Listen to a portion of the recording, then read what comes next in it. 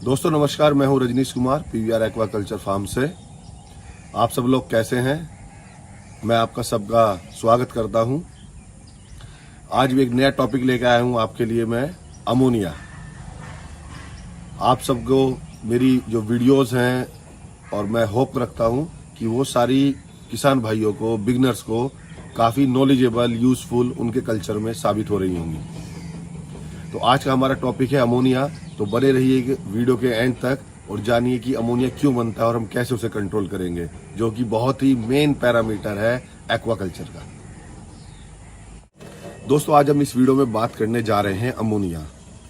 Ammonia हम जब भी मेजर करते हैं अपनी वाटर टेस्टिंग किट से, हम 10 मेजर करते हैं टोटल अमोनिया नाइट्रोजन। तो अमोनिया हमारा दो पार्ट्स का होता है, एक होता है अनोनाइज्ड अमोनिया, एक होता है आपका अमोनिया आयंस NH3 और NH4+। दोस्तों अमोनिया का डायरेक्टली रिलेशन पीएच से भी है। जब आपकी वाटर बॉडी का पीएच इंक्रीज हो जाएगा और तभी अमोनिया इंक्रीज होगा आपका। तो जितने वाटर पैरामीटर्स हैं, डिजॉल्व्ड ऑक्सीजन, अमोनिया, टेम्परेचर, आपका पीएच, ये सब ये मान लीजिए चारों स्तंभ हैं आपके एक्वाकल्चर के, और ये सब आपको एक इक्विलिब्रियम में, एक संतुलन में मेंटेन रखने पड़ेंगे, ये बैलेंस रखने पड़ेंगे अगर आपको अपना एक्वाकल्चर एक प्रॉफिटेबल बिजनेस, एक बहुत अच्छा वेंचर बनाना है। आपका कोई भी पैरामीटर डिस्टर्ब होता है तो पूरा इकोसिस्टम एक्वाकल्चर का डिस्टर्ब हो जाता है। बहुत सारे भाई लोग मीजर ही नहीं करते हैं, उनके पास टेस्टिंग किट नहीं है। मैंने लास्ट वीडियो में भी सबसे गुजारिश की थी कि भाई जो फार्मर्स हैं, जो बिगनर्स हैं या कोई पुराने फार्मर्स हैं, वो सब कम से कम वाटर टेस्टिंग किट जरूर रखें। कोई भी वाटर पैरामीटर, कोई भी बीमारी एक रात में उत्पन्न नहीं होती, ना एक रात में ही वो हाई लेवल पे पहुंचती है। अगर हम कंटिन्यूस हैबिट बना लेंगे वाटर टेस्टिंग पैरामीटर्स की, तो मैं श्योर करता हूं आपको कोई भी बीमारी आपके पोंड में नहीं आएगी, ना आपका पानी कोई भी पैरामीटर खराब होगा। तो दोस्तों जो अमोनिया है, अमोनिया हमारा मेन दो कारणों से हमारा बढ़ता है। एक, जो हम खाना खिलाते हैं, प्रोटीन, उसके अंदर भी नाइट्रोजन होता है। दूसरा, जो हमारी फिश एक्सक्रीटा या पोटी वाटर बॉडी में करती है। ये दो मेन सोर्स हैं अमोनिया इंक्रीज होने के हमारी वाटर बॉडी में। जो प्रोटीन है, आपने देखा होगा जब हम छोटा सीड रहता है, छोटा फिंगरलिंग फ्राई रहता है, उसे हाई प्रोटीन वैल्यू देते हैं। तो जितना हाई वैल्यू प्रोटीन है उतना ही नाइट्रोजन की परसेंटेज है। तो जैसे जैसे फिश का साइज बढ़ता है, हम उसकी प्रोटीन वैल्यू इसलिए कम करते हैं क्योंकि उसका एक्सक्रीटा अमाउंट भी बढ़ जाता है। और जितना एक्सक्रीटा अमाउंट आपका सेटल डाउन होगा आपकी वाटर बॉडी में, वो उतना ही अमोनिया को जनरेट करेगा। तो हमारा जो प्रोटीन परसेंटेज है फीड का, वो डायरेक्टली प्रोपोर्शनल टू अमोनिया मान सकते हैं। और दूसरा जो फिश का एक्सक्रीटा है। अब जो फीड पार्ट है वो तो हमारे हाथ में, हम कंट्रोल कर सकते हैं, हम कैलकुलेशन करके दें हमें कितना देना है, किस साइज पे देना है, कैसे कैसे जैसे जैसे साइज इंक्रीज होगा उसका प्रोटीन परसेंटेज हम डिक्रीज कर देंगे, पैलेट साइज हम उसका बढ़ा लेंगे और उसकी क्वांटिटी बढ़ा देंगे क्योंकि उसको ज़्यादा फीड की रिक्वायरमेंट है।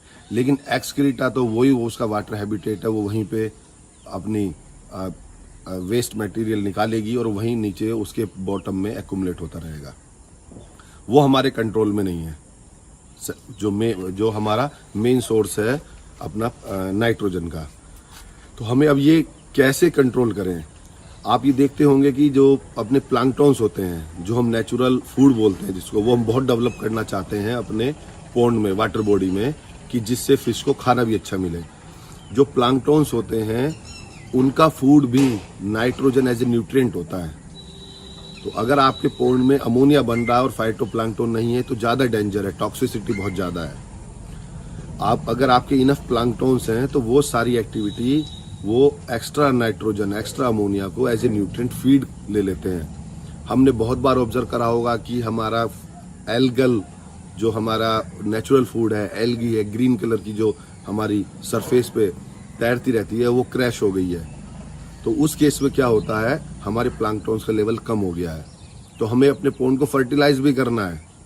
तो दोस्तों मैं आप ये समझाना चाह रहा हूँ, आप देखते रहिए, टेम्परेचर, पीएच, अमोनिया, फोटोसिंथेसिस, सब एक इक्विलिब्रियम आपको मेंटेन करना है कि बहुत ज़्यादा फाइटोप्लैंक्टन ना बने। अगर कम बने तो फर्टिलाइज करें, बहुत ज़्यादा बन गए हैं तो भी प्रॉब्लम है तो उसको क्रैश करें। पीएच आपका अर्ली मॉर्निंग में कम हो रहा है, डे में तो धीरे धीरे इंक्रीज हो रहा है। तो सब आपस में कोरिलेटेड है और सबका जो एंड रिजल्ट है वो केवल अमोनिया ही आता है कि हमें अमोनिया कैसे कंट्रोल करना है, क्योंकि अमोनिया ही मेन टॉक्सिसिटी है। आपका जो NH3 होता है, अनोनाइज्ड अमोनिया, वो मिनिमम 300 से 400 टाइम मोर टॉक्सिक होता है NH4+ के से। और उसके बाद ये हमारा NO2 बनता है नाइट्रेट, और फिर बनता है NO3 जो बिफोर डीनाइट्रिफिकेशन नाइट्राइट बनता है। तो कभी हम जब अमोनिया मेजर करेंगे अपनी वाटर टेस्टिंग किट से, तो हम नाइट्राइट भी मेजर करेंगे। आपने ये कभी नोटिस करना, समर्स में अपने पूरे 12 मंथ्स के कैलेंडर पे समर्स में हमेशा अमोनिया कम बनेगा और विंटर्स में ज़्यादा बनेगा। लेकिन विंटर्स में जब अमोनिया बनता है उसका इसलिए ज़्यादा इम्पैक्ट नहीं है क्योंकि विंटर्स में फीडिंग भी नहीं होती, केवल एक्सक्रीटा का अमोनिया बनेगा। विंटर में आपकी कैटफिश तो हम सेल कर देंगे जहाँ पे टेम्परेचर का प्रॉब्लम है, और जो रहू कतला या IMC रहती है वो फीडिंग नेग्लिजिबल अमाउंट करती है। दोस्तों, जब हमारा अमोनिया बढ़ता है तो डिजॉल्व ऑक्सीजन हमारा डिप हो जाता है और कार्बन डाइऑक्साइड बढ़ जाता है। हमारे पोन्ड में जितनी भी हमारा फोटोसिंथेसिस से एल्गेल ब्लूम क्रैश होता है वो सब सेटल डाउन हो जाता है। तो हमें ऑर्गेनिक लोड अपने पोन्ड का मेंटेन रखना पड़ेगा। हमें उसको रेगुलर मॉनिटरिंग भी करनी है कि हमारे ब्लूम का क्या स्टेटस चल रहा है, जिसको हम नेचुरल फूड ही बोलते हैं। अब हम अपने अमोनिया को कंट्रोल कैसे करें?